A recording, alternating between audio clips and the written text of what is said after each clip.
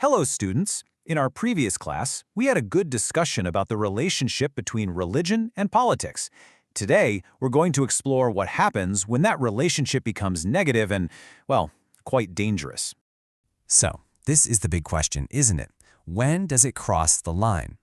The danger really begins when religion is used in an unhealthy way in politics, and this is central to our topic today, which is communalism. Okay, let's dive into this. To begin, we need to have a very clear definition of communalism, as this is an extremely important topic, especially for your exams. So the crucial point here is this. Communal politics is based on the idea that religion is the most important part of who you are. It's the belief that religion is your main identity, more important than being an Indian, more important than being a student, or even a member of your family.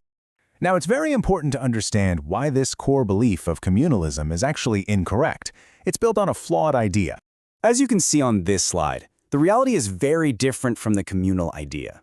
People who follow the same religion can have very different needs and opinions. Think about it. A rich farmer and a poor laborer who follow the same religion. Do they have the same economic interests? Not at all. Let's move on and see how this builds. You see, communalism doesn't just appear overnight. It grows in stages, starting from simple thoughts and escalating into really dangerous actions. We can think of communalism almost like a ladder with 4 main steps, and each step you climb is more dangerous than the last one. So let's look at each one of these steps carefully. So the first and most common form of communalism is actually found in our everyday lives. And you know what? It often goes completely unnoticed. This can include things like holding prejudices against people from other religions, forming stereotypes about them, or even just feeling that your own religion is the best and superior to all others. Now, this is a really interesting question, isn't it? What's important to see here is how this big idea connects to something so small. Even casual jokes can end up reinforcing stereotypes, and believe it or not, this is also a part of that first step.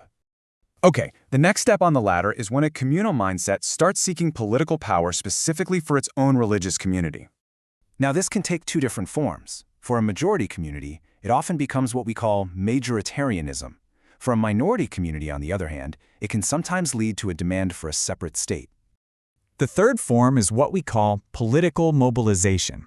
This is where religion is actively and openly used in the political arena, especially during election times. So here, political parties might use religious symbols to get votes, or they might ask religious leaders to influence their followers. They try to create a very emotional appeal, and sometimes they even use fear to try and unite voters of one religion. And finally, we reach the most destructive and the most dangerous form of communalism.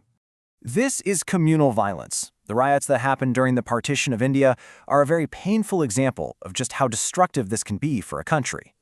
So why does all of this matter so much? It matters because communalism is one of the biggest challenges to our democracy in India. You see, the makers of our Constitution understood this danger very well. Communalism is something that divides citizens, it undermines equality, and it attacks the very foundation of a united India. So this brings us to a final, very crucial question. If communalism is such a big threat, what do we do about it? How does a democracy like ours fight this problem? Well, our Constitution provides a framework, and that is what we will explore in our next session on secularism.